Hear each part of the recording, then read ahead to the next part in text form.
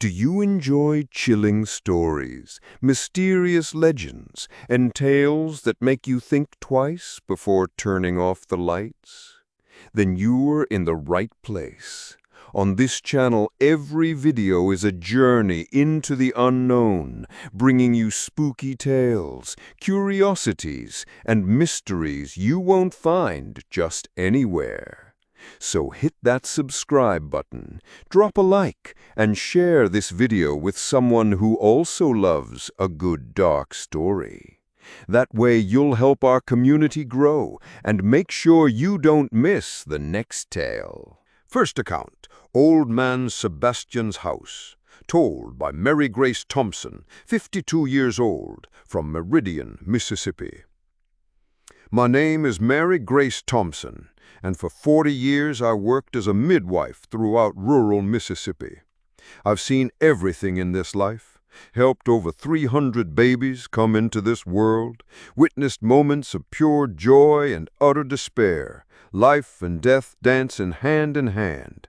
But what happened on a September night in 2019 still makes me wake up in a cold sweat, heart pounding like a hammer against my ribs. I was coming back from an extremely difficult delivery at the Johnson farm, about 15 miles from my house. The woman had serious complications. The baby was breached, umbilical cord wrapped around its neck, and I had to use every bit of experience I'd gained over 4 decades to prevent a tragedy. For 8 straight hours I fought against time and circumstances to bring that child into the world alive. When I finally heard that first cry pierce the night, it was past 2 in the morning. I had to stay another hour to make sure mother and child were out of danger, applying first aid and instructing the family on what to do in the coming days. The moon was new that night, sky black as tar, not a single star visible through the thick clouds that promised rain for the next few days. The air was heavy, humid, with that distinctive smell of dry earth waiting for the first rain of the season. My kerosene lantern swayed on the handlebars of my old bicycle, casting weak circles of light that barely illuminated a few yards ahead. The road was dirt and gravel, full of loose rocks, deep holes carved by years of rain, and tree roots that made frightening noises under the bicycle wheels. Back then, I still had the strength in my legs to pedal those distances without much trouble. I'd raised my 4 children alone after my husband Joe died in a work accident on a county construction site. A concrete beam fell on him while he was helping build a bridge in the next town over. Midwifery was what sustained me from then on, giving me independence and respect in the community, even as a widow in a society that still looked at that with some prejudice. I knew every inch of that region like the back of my hand. Every house, every family, every newborn I'd helped bring into the world, every path and shortcut that connected one property to another. I knew where the best wells were, where the medicinal plants I used in my treatments grew, where the most experienced women lived who had taught me the secrets of the profession when I was still young and inexperienced. That particular road I'd been traveling for over 20 years, since I first started attending births in the most remote part of the county. I knew exactly where every dangerous curve was, where the terrain climbed steeply or descended treacherous slopes, where there were larger rocks that could knock a person off their bicycle if they weren't careful, where the old wooden bridges were that swayed dangerously when someone crossed them. It was as if my feet knew the way by themselves, even in complete darkness. During all those years, I watched the region change drastically with the rural exodus that hit the entire South. Whole families migrated to Detroit, Chicago, Atlanta, searching for work and education opportunities that rural Mississippi couldn't offer. Houses that had once been full of life, with children running in the yard and women washing clothes at the tub while discussing the week's events, were abandoned one by one, leaving behind only memories and ghosts of the past. One of those houses belonged to old Sebastian Wheeler, a man who had marked the region's history. Sebastian had been a respected and feared man in the community for decades, owner of a prosperous herd of goats and sheep, an experienced breeder of guinea fowl that were famous for miles around. He owned a good piece of land where he grew corn, beans, watermelons, and other crops that fed not only his family, but were also sold at regional markets. He was known for his generosity with neighbors during dry spells, lending water from his artesian well and sharing food with families most in need. But Sebastian's life changed completely when his wife, Miss Carmen, died of liver cancer after a long and painful battle with the disease. They had been married for over 30 years, and she was the center of his life, the person who gave meaning to everything he did. After her death, Sebastian withdrew more and more into himself, preferring the silent company of his animals to conversation with neighbors who came trying to console him. His 3 children, 2 boys and a girl, had migrated to Detroit while still young, looking for factory work that offered steady wages and the promise of a better life in the big city. They came to visit their father once or twice a year, usually at Christmas and during summer, always insisting he sell the property and come live with one of them up north. They talked about apartments with running water, electricity, hospitals nearby, conveniences Sebastian had never had in his life. But Sebastian always refused these proposals firmly. He said he was born on that land, knew every inch of it, every tree, every stone. He said he would die there, like his father and grandfather had died before him. "My place is here," he used to repeat. "The big city is for folks born for that. I was born for the land." And that's exactly what happened. In July 2015, on a Friday that promised to be an ordinary day, Sebastian didn't show up at Saturday's market like he had religiously for over 20 years. His stall was in the same spot, near the main entrance, where he sold guinea fowl eggs, homemade goat cheese, and some vegetables he grew in the garden behind his house. Miss Conception, who sold vegetables at the stall next to his and had been his friend for decades, noticed his absence early in the morning. "Sebastian never missed a market day," she commented to other vendors. "Not even when he was sick would he fail to come. Something must have happened." On Sunday, when Sebastian also didn't appear at morning service, another commitment he had kept faithfully since his wife's death, old Tony, who lived on the neighboring property and was his childhood friend, noticed that Sebastian's goats were bleating loudly, a desperate sound that echoed through the silent morning. It was a different sound than usual, a lament that seemed to come from the animals' souls. That's when I started hearing music in the distance. At first I thought it was another truck approaching with the radio turned up loud. It was common to encounter colleagues who liked to drive listening to country music or blues to ward off sleep and the loneliness of the road. But as I paid more attention, I realized the sound wasn't coming from the direction of the road. It was coming from a property about 100 yards from where I was, on the other side of the barbed wire fence. It was a plantation I had seen many times during the day, always abandoned, with an old mansion in the middle of a terrain surrounded by ancient oak trees. The construction was imposing, the type seen in rich plantations of the last century. 2 stories, wide veranda, brick columns, French tiles, but for years it had been clearly abandoned, with broken windows, vegetation growing around it, rusted gates. Only that dawn, the plantation seemed to have come back to life. There were lights on in several windows of the mansion, a yellowish illumination that danced as if they were lanterns or candles. And the music I was hearing came from there, accompanied by other sounds that became clearer as I paid attention. Animated conversations, laughter, the noise of plates and glasses, as if there were a party in full swing. I stopped what I was doing and listened for a few minutes. The music was old, the type my grandfather used to listen to, waltzes, jazz, ballroom music from the 1940s or 50s. Among the melodies, I could distinguish voices of people talking, laughing, singing along with the music. Crystal clear laughter from women, deep voices of men, shouts of joy and celebration. A party in the middle of the night, on an abandoned plantation in the middle of nowhere, miles from the nearest town. I finished changing the tire, but my curiosity was speaking louder than common sense. I put away the tools and instead of continuing the trip immediately, decided to approach the fence to better see what was happening. I crossed the empty lane and reached the barbed wire that separated the road from the property. From there, I could see the mansion much more clearly.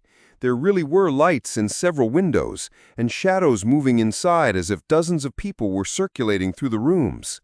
The music was clearer now, and I could perfectly distinguish a female voice singing an old song that my grandmother used to hum when I was a child. The garden around the mansion, which during the day seemed completely taken over by vegetation, was now illuminated by torches or lanterns that created circles of golden light. I could see people walking along the paths, couples dancing on the veranda, groups talking animatedly on the stone benches.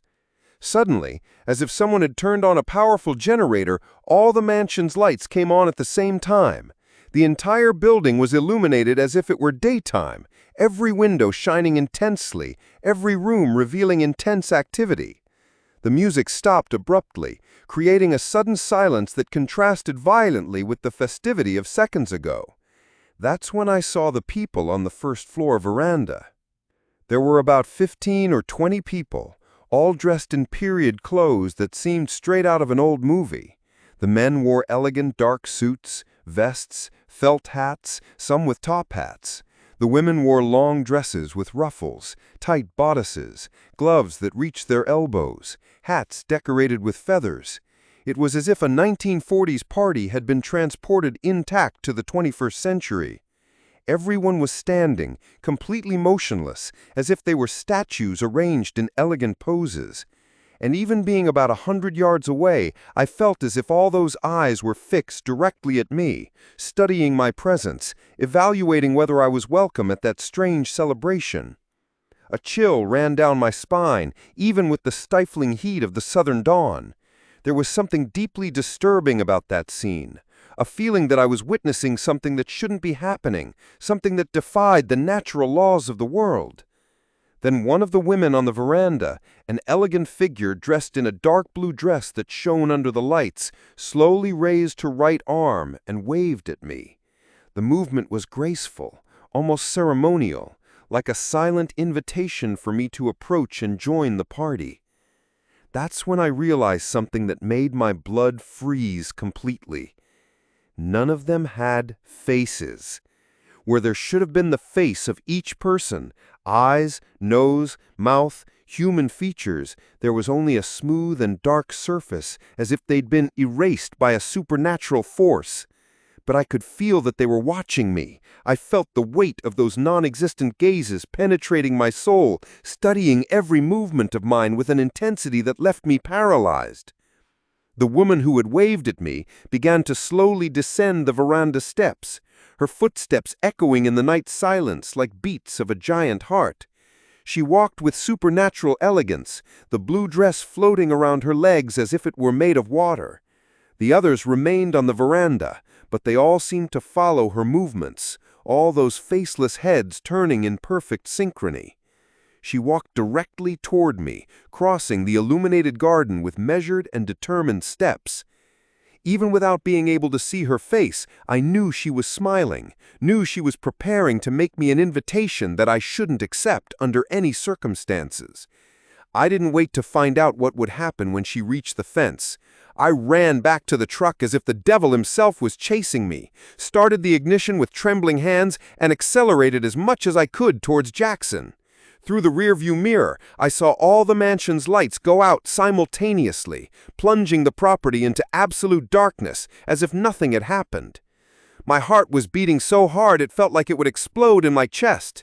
I drove the remaining 40 miles to Jackson without stopping once, constantly checking the rearview mirror to make sure I wasn't being followed by something I couldn't explain. I arrived in the city still trembling with fear and adrenaline.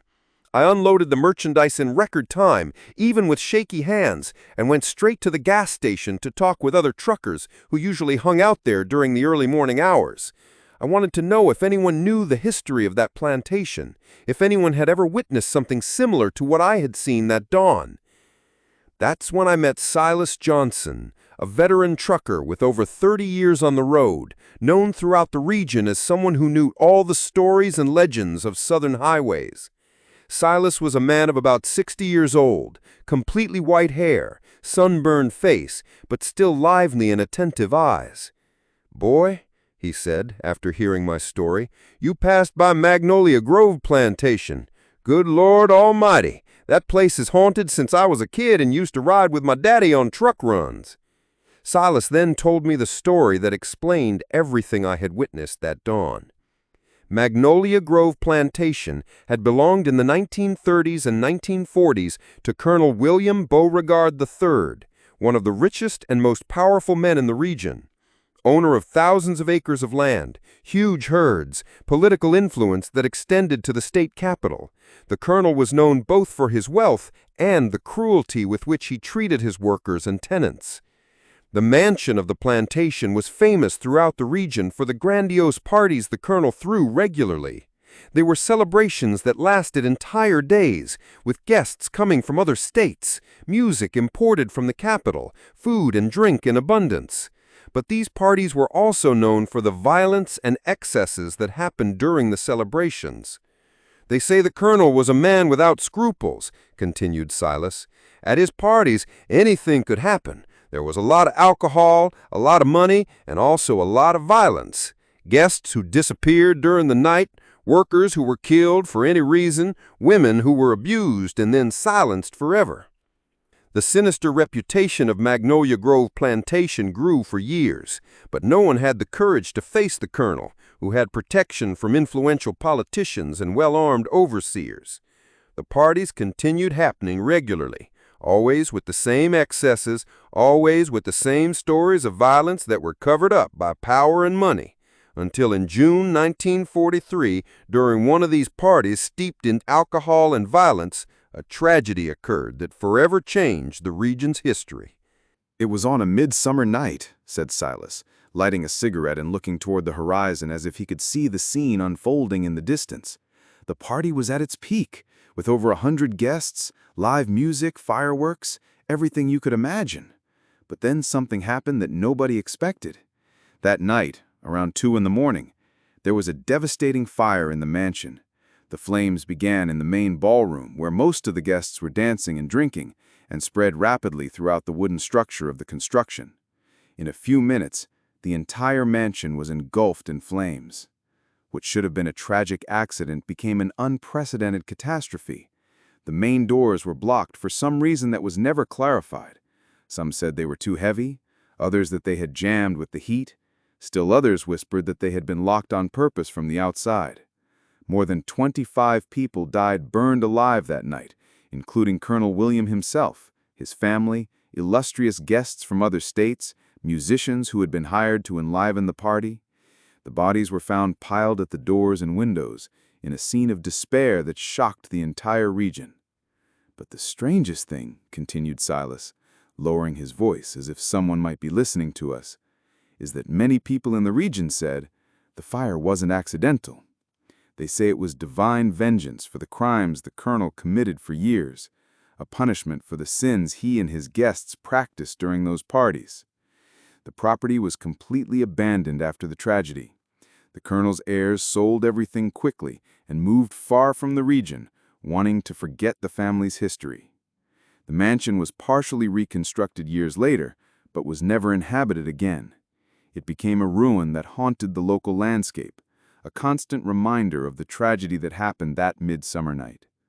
And since then," said Silas, lowering his voice as if someone might be listening to us, "many truckers, travelers, and region residents have reported seeing lights and hearing music coming from the mansion, always at night, always in the early morning hours, as if the 1943 party had never really ended."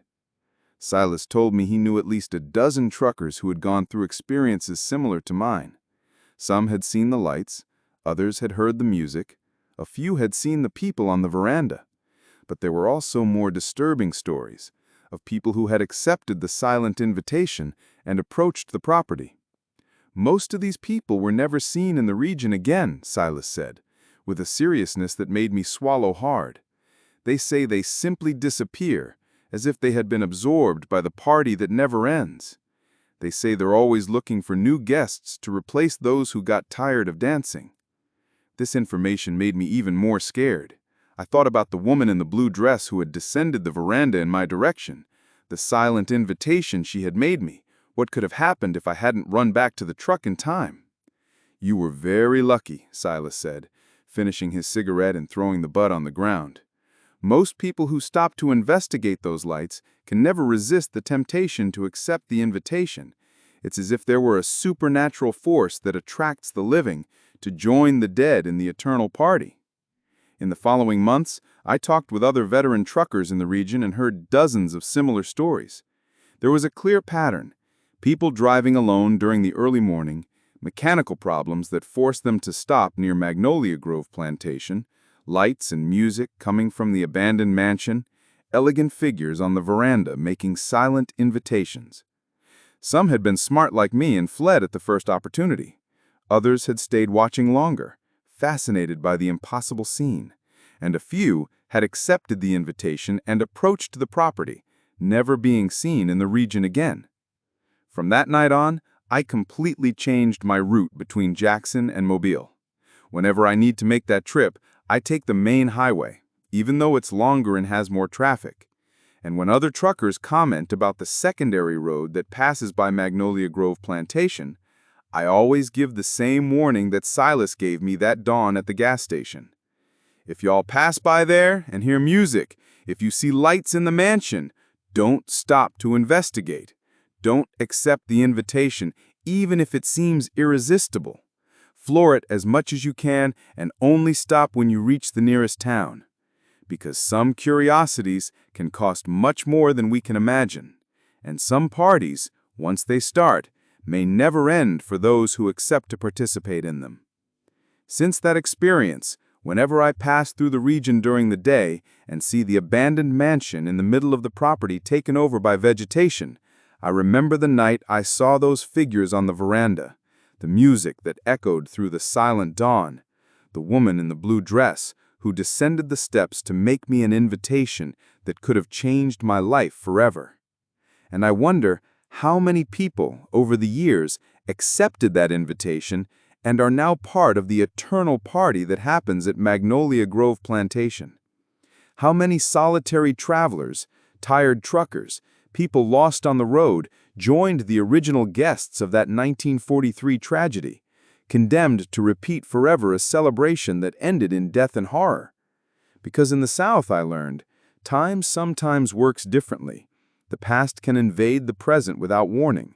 The dead can continue their activities as if nothing had changed, and the living can be attracted to participate in events that should have ended decades ago. Magnolia Grove Plantation continues there, officially abandoned, taken over by vegetation and shadows, a silent monument to a party that never ended. And I know, with a certainty that chills the soul, that the invitations are still being made. Every night, the faceless figures appear on the veranda, waiting for the next tired traveler, for the next curious soul who will make the mistake of stopping. They offer a dance, a celebration, an eternity of horror from which there is no escape. And in the silence of the South, if you listen carefully, you can still hear the distant music, a phantom echo of a midsummer night that refuses to die. Second account, The Inheritance of Dust and Supplication, told by Charles Edward, 31 years old, photographer from New Orleans, Louisiana. My name is Charles Edward, and photography isn't just my profession, it's my obsession, especially photography of abandoned places. There's a melancholic beauty in ruins, a silent poetry in decay that has always attracted me. I travel across the South in search of structures forgotten by time, trying to capture the stories their cracked walls and dusty objects have to tell. My work has already taken me to deactivated psychiatric hospitals, ghost train stations, and entire villages swallowed by vegetation. I thought I had seen everything, that I was immune to the chill these places can provoke. I was wrong. In May 2022, I heard about a peculiar property in rural Louisiana near the border with Arkansas. The story was vague, fragmented, like most local legends. It spoke of a farmhouse that was abandoned hastily in the 70s after the sudden death of the entire family that lived there. The patriarch, a man known as Mr. Augustus, was a feared loan shark who built his fortune on others' misfortune. They said he kept the money and the contracts, often land deeds taken for ridiculous debts, in a safe hidden somewhere in the house. I spent 2 weeks planning the expedition. I studied old maps, talked with local historians by phone, and prepared my equipment. 2 cameras, various lenses, a drone for aerial shots, and of course, powerful flashlights and a first aid kit. I left New Orleans on a Saturday morning, driving my SUV, watching the humid landscape of the coast slowly transform into the dry and thorny vegetation of the Pine Barrens. After almost 8 hours of travel, I left the asphalt and entered a red dirt road, full of holes and poorly marked. The late afternoon sun painted the sky with shades of orange and purple, and the heat was beginning to diminish. I found the farm gate, or what remained of it, 2 masonry pillars with the name Peaceful Acres Farm, almost illegible, and an iron gate twisted and rusted, fallen on the ground like an animal skeleton. The main house appeared at the end of a path lined with Spanish moss, hanging from ancient oaks that looked like sentinels. It was exactly as I had imagined, perhaps even more impressive. A 2-story construction with walls of a dirty and cracked white, dark wooden windows, many without glass, like empty eyes. A porch surrounded the ground floor, supported by columns that were peeling, revealing the bricks underneath. The silence was absolute, broken only by the buzzing of insects and the rustling of wind in dry branches. I decided to set up my camp at a safe distance, about 100 yards from the house. Night in the rural South comes quickly, and I wanted to take advantage of the golden hour of twilight for the first photos. As darkness descended, the house seemed to gain its own life. Shadows lengthened and danced, and each dark window seemed like a portal to the unknown. I took some spectacular exterior photos, with the house's silhouette against the starred southern sky, which is of indescribable clarity. Around 9 at night, I ate a cold meal and prepared to sleep in the tent. The excitement for what I would find inside the house the next day kept me alert. That's when I heard the first sound. It was crying, low, muffled crying from a woman. I remained motionless, sharpening my ears. The sound came unmistakably from the direction of the house. My first thought was that maybe I wasn't alone. It could be some homeless person or another explorer. I grabbed my most powerful flashlight and a knife as a precaution and walked slowly toward the construction. "Hello! Is anyone there?" I called, my voice sounding strangely loud in the silence. The crying stopped instantly. I waited for several minutes. Nothing, just the wind.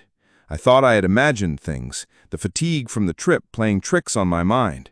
I returned to the tent, but sleep had fled. I lay there, listening to the night, until hours later I heard it again. This time, it wasn't crying. It was a supplication. "Please, help me!" The voice was feminine, weak, but clear. It came from the upper floor of the house. I froze. It wasn't imagination. There was someone inside asking for help. My self-preservation instinct screamed for me to get in the car and leave, but my conscience and my photographer's curiosity were stronger. What if someone was really in danger? With my heart hammering in my chest, I decided to go in. The front door was unlocked, but stuck. I had to use all my weight to open it, and it creaked agonizingly. The air inside the house was heavy, moldy, with the smell of dust, rotten wood, and something else, a subtly sweet and unpleasant odor I couldn't identify.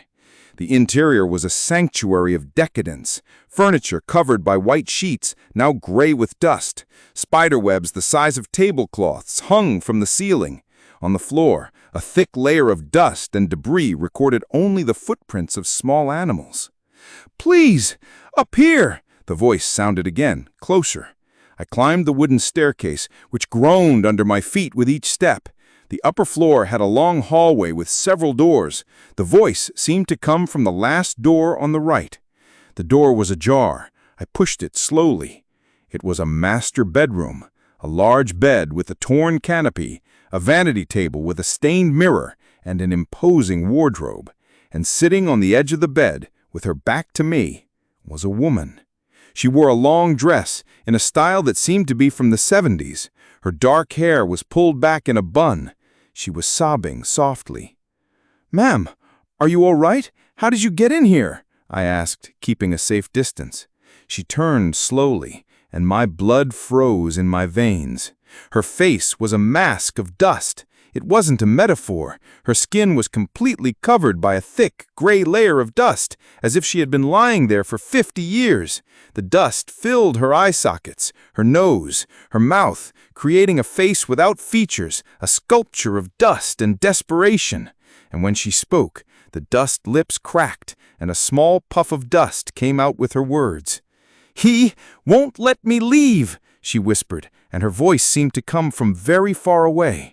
Before I could react, I heard a noise coming from the hallway, heavy, dragging steps. A tall man appeared in the bedroom doorway. He wore an old suit, also covered by the same thick layer of dust. His face was equally a blank canvas of dust. He didn't say anything. He just stood there, watching me. His presence was overwhelming, full of an ancient and silent malevolence. Suddenly, the bedroom floor began to tremble. A high, metallic creaking came from inside the wardrobe. The furniture doors burst open violently, and from inside came not clothes, but a dense cloud of dust that moved as if it had its own life, forming two small figures in the air, the size of teenagers. They floated for an instant before collapsing to the floor in two piles of dust. Panic finally broke my paralysis. I ran out of the room, passing the man in the suit, who made no motion to stop me. I went down the stairs stumbling, almost falling. When I reached the front door, I looked back one last time. The entire family was at the top of the staircase. The father, the mother, and the two dust clouds that were now slowly rising, reassuming the shape of their children. All four faces, smooth and featureless, were turned toward me.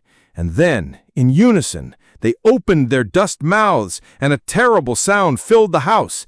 Not a scream, but a collective sigh, a wind of despair that carried the smell of dry earth and forgotten graves, a wind that seemed to want to suck me inside, cover me with the same dust, make me part of that inheritance of agony. I ran like never in my life. I didn't stop to get my tent, my equipment, nothing. I got in the car, started it with trembling hands, and accelerated down the dirt road without looking back. I could feel their empty gaze on my back, a weight of 50 decades of suffering. I never went back to get my things. The photos I took that night, which were on the camera's memory card, were lost forever. And maybe it's better that way, because some places don't just keep stories. They keep the very souls that lived those stories. And Mr. Augustus's family continues at Peaceful Acres Farm, condemned to an eternity of dust, waiting for someone to hear their supplications and perhaps make the mistake of trying to help, becoming the next prisoner of that cursed heritage. The house stands there still, officially abandoned, taken over by vegetation and shadows, a silent monument to greed and its consequences. And in the stillness of the Louisiana night, if you listen carefully, you might still hear the whispered pleas carried on the wind, the voices of those who made their fortune from others' desperation, now condemned to an eternity of their own. Tony decided to check, taking with him two other concerned neighbors. They found Sebastian dead in the porch hammock, the same hammock where he used to spend afternoons reading the Bible and watching the animals move around the yard. The body was already in an advanced state of decomposition, swollen from the heat and attacked by insects. The town doctor who came to confirm the death said he had died at least 3 days ago, probably of a heart attack, alone with no one to help or even hold his hand in his final moments. The goats were desperate for thirst and hunger. Some had already died of dehydration. The dogs that guarded the property were skeletal, surviving only on the dirty water that remained at the bottom of their bowls. The guinea fowl, famous in the region, were scattered dead around the yard, victims of neglect. The funeral was simple, with few people, held at the town cemetery on a hot July afternoon. The children came down from Detroit, organized the funeral with the neighbors' help, cried tears that seemed more of guilt than genuine sorrow, and tried to sell the property quickly to return to their lives in the big city.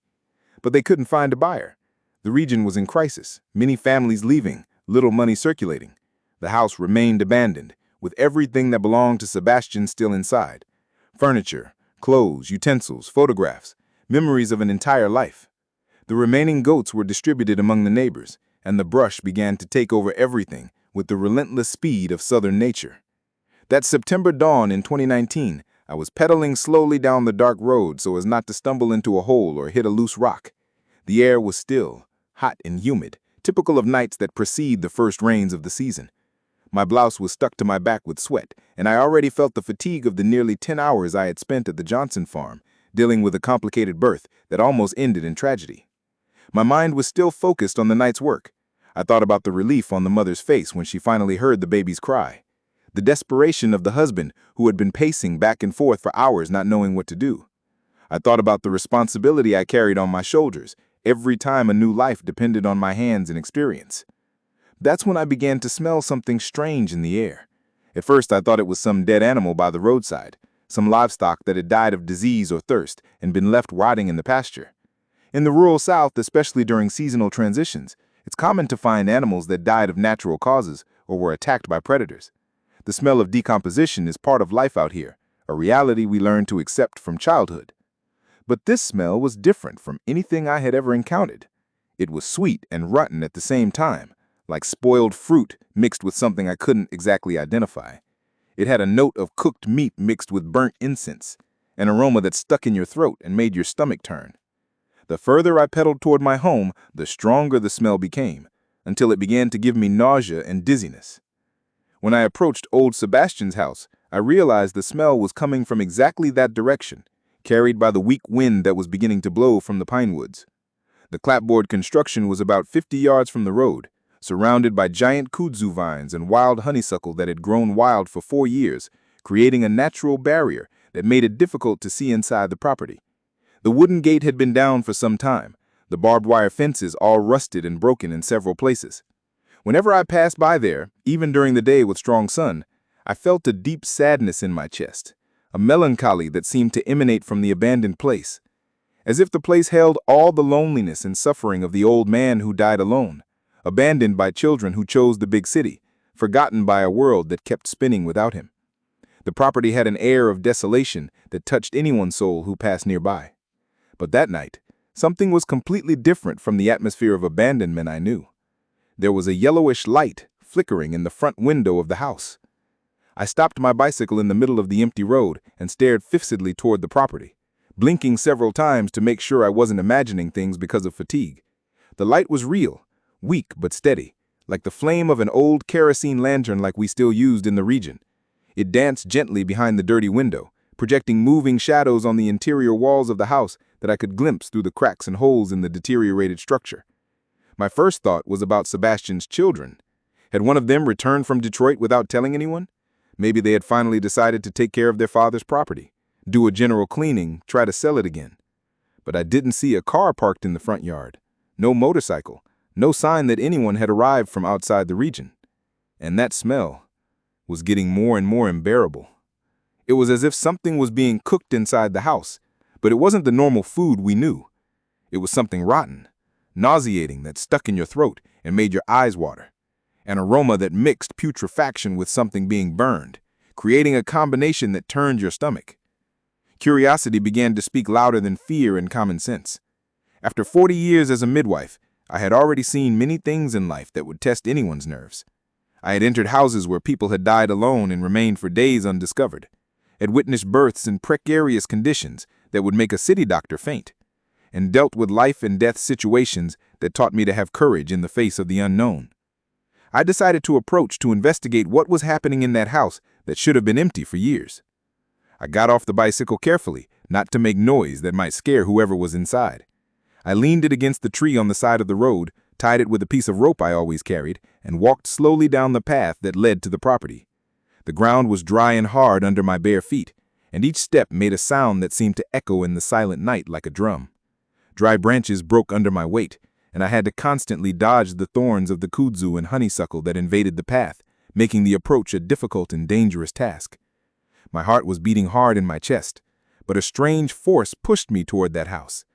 As if something was pulling me, an irresistible curiosity that overcame any instinct of self-preservation I might have had.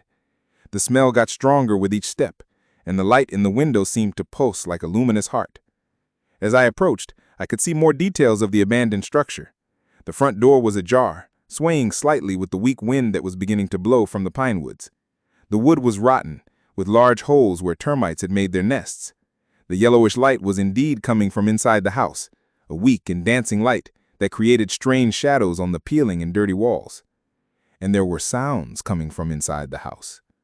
They weren't just the normal noises of an old building creaking with the dawn temperature change.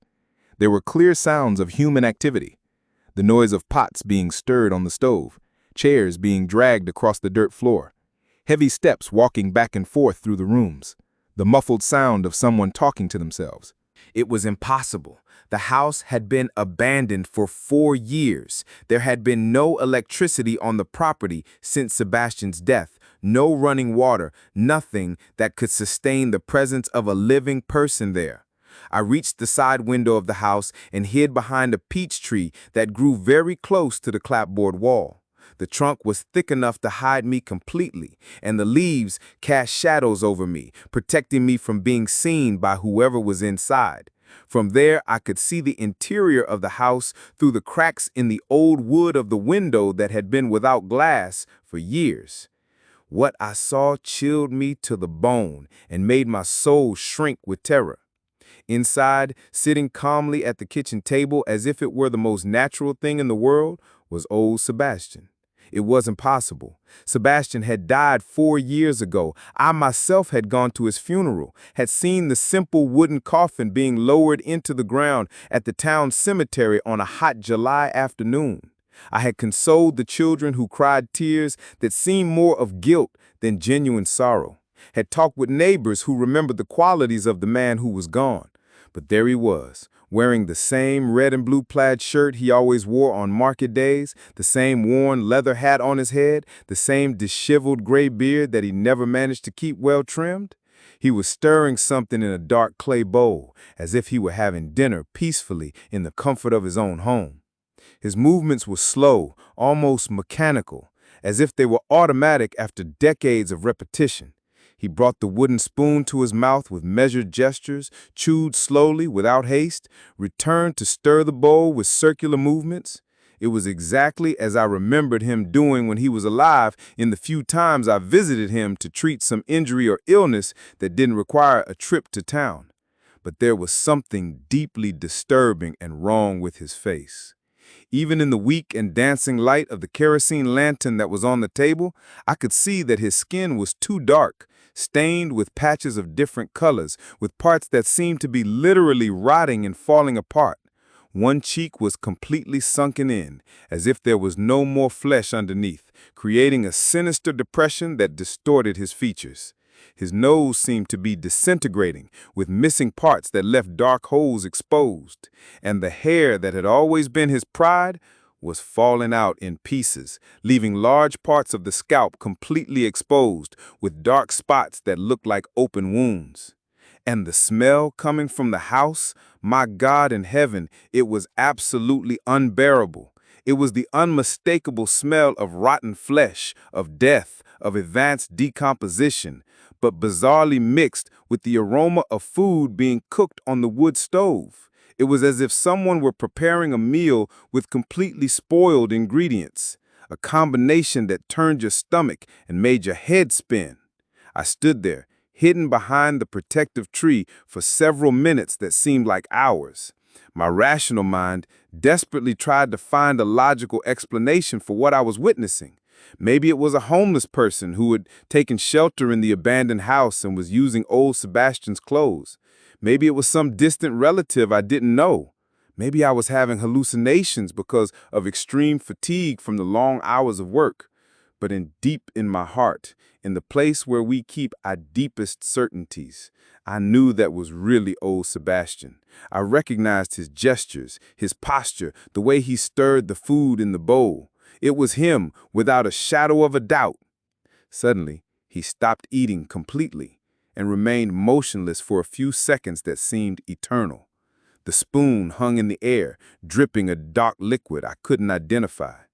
Then, very slowly, as if each movement cost immense effort, he turned his head in my direction. It was as if he knew I was there, as if he felt my presence through the walls, as if he could hear the desperate beating of my heart. Our eyes met through the cracked and dirty window. But they were not the tired and kind eyes of the Sebastian I knew when he was alive. In place of the brown and melancholy eyes that reminded me of the sadness he carried after his wife's death, there were two dark cavities, deep as bottomless wells, that seemed to suck all the light from the lantern and plunge the environment into even deeper darkness. It was like looking into two holes that led to nothingness, to absolute void, to a place where there was no life or hope. He stared at me for long seconds, without blinking, without moving, without showing any expression. It was as if he were studying my presence, deciding what to do with me. Then, slowly, his lips opened in a smile. It was a smile too wide to be human, impossible for any living person. His lips stretched until they almost reached his ears, tearing the dry skin and creating fissures that left raw flesh exposed. It showed rotten and yellowed teeth, some completely missing, others broken in half, creating a macabre set that looked more like a wild animal's teeth. His gums were completely black, as if they had been necrotic for some time, and from his mouth began to drip a viscous and dark liquid that dripped into the clay bowl. I had never felt such terror in my entire life. The survival instinct finally spoke louder than curiosity. I ran back to the bicycle, stumbling over stones and roots, tearing my skirt on the kudzu thorns, scratching my legs on the barbed wire fences, without looking back for even a second. I could hear behind me the disturbing sound of a chair being violently dragged across the dirt floor, as if he had gotten up from the table quickly to follow me. I got on the bicycle with hands shaking so much I could barely hold the handlebars. I pedaled as fast as I could, forcing my legs to the limit, ignoring the fatigue I felt in my back and arms. The lantern swayed violently with the abrupt movements, creating dancing shadows on the road that made me imagine dark figures pursuing me through the darkness. I only slowed down when I saw the first houses on my street, with their lantern lights in the windows and the familiar smell of food being prepared for workers who woke up early. I arrived home completely breathless, sweaty, and in a state of deep shock. My husband Joe was still awake, sitting in the porch rocking chair, worried about my unusual delay. "Woman, what's that look on your face? You look like you saw the devil himself in person," he said when he saw my condition. I told him everything, every detail, every second of that terrifying experience that was still etched in my memory like a hot iron. Joe listened in silence, but I could see on his face that he thought I was imagining things because of fatigue and work stress. "Mary, you worked over 10 hours straight today. You must be exhausted. And this story about light in old Sebastian's house must have been some reflection from your lantern, some optical illusion caused by fatigue. You know the mind plays tricks when we're very tired." But I knew with absolute certainty that it hadn't been imagination or hallucination. That nauseating smell was still stuck in my nostrils, impregnated in my clothes, my skin, my soul. Those empty and deep eyes were etched in my memory like a hot iron brand, and that impossible smile, that macabre smile, haunted my thoughts like a waking nightmare. I spent the whole night a week sitting in the porch rocking chair, drinking lemon balm tea to try to calm my nerves, constantly looking in the distant direction of Sebastian's house. I couldn't get the image of him sitting at the table out of my head, eating something in that clay bowl, with his decomposed face and those dark holes in place of eyes.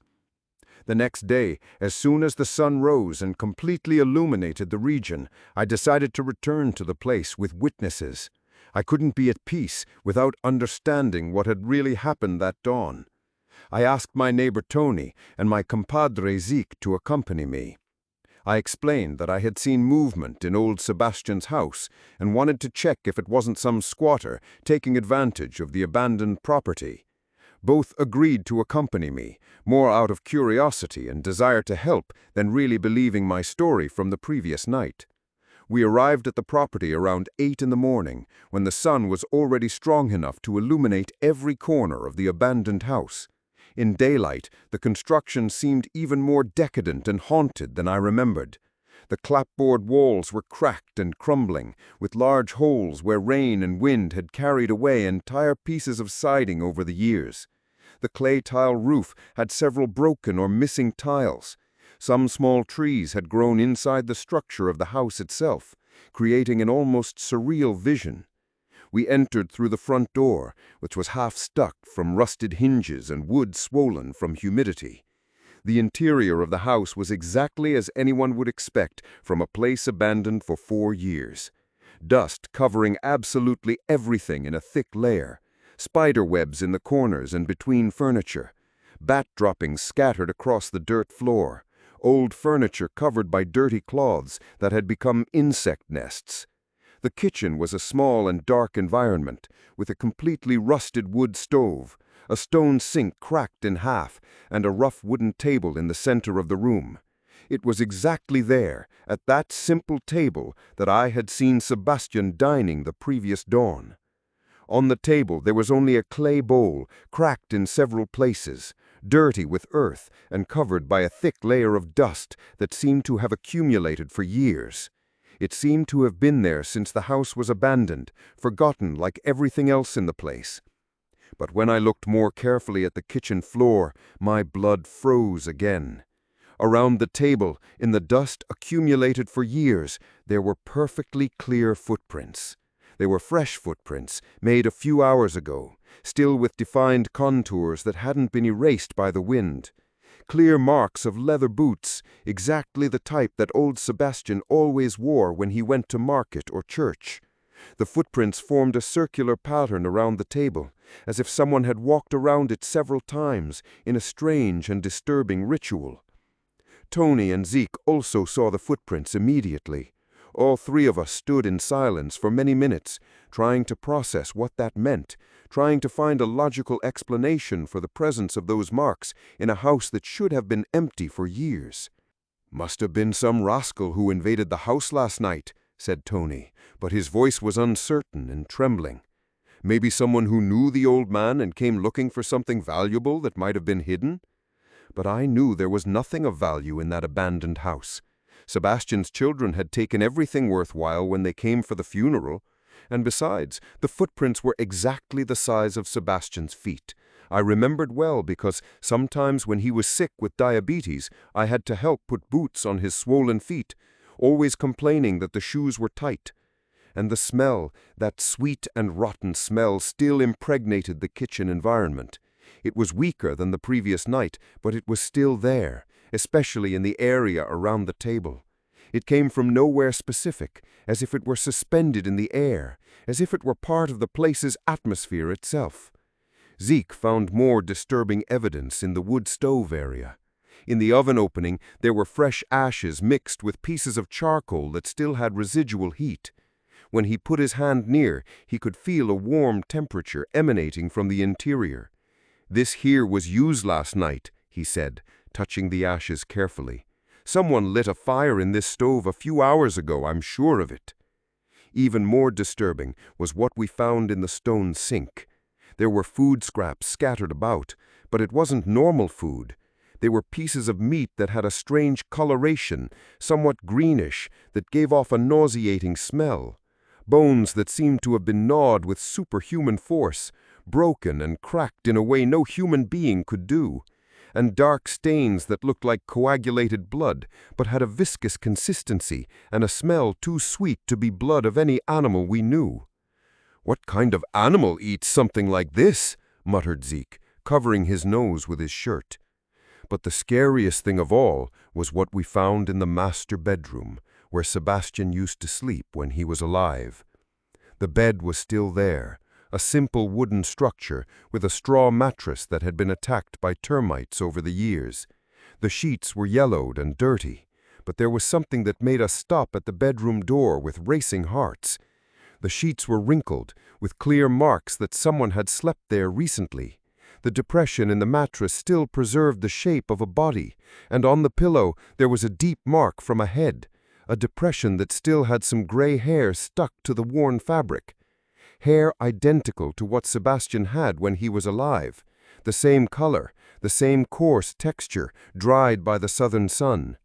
But the hair seemed to have been pulled out by force, with little pieces of scalp still stuck to the roots, as if someone were literally falling apart, losing pieces of themselves every time they laid their head on the pillow. We also found scattered throughout the house other impossible-to-explain evidence. Old Sebastian's clothes were scattered on the floor, as if they had been used recently and then thrown carelessly. All had the same nauseating smell that impregnated the whole house, and some had dark stains that looked like decomposing bodily fluids. In the living room, Sebastian's favorite chair, a rocking chair he had made himself decades ago, was still swaying slightly, as if someone had just gotten up from it.